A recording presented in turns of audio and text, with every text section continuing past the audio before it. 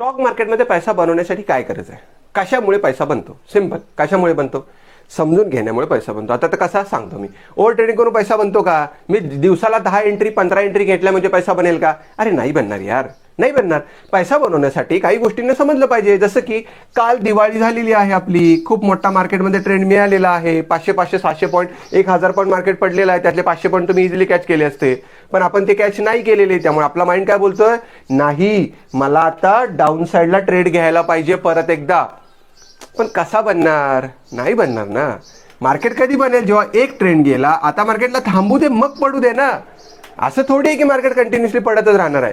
नाही पडू शकत मार्केट कंटिन्युअसली. मार्केट एक दिवस थांबेल, मग पडेल, मग थांबेल, मग पडेल, मग येईल, मग वर जाईल, मग सगळ्या गोष्टी होणार यार.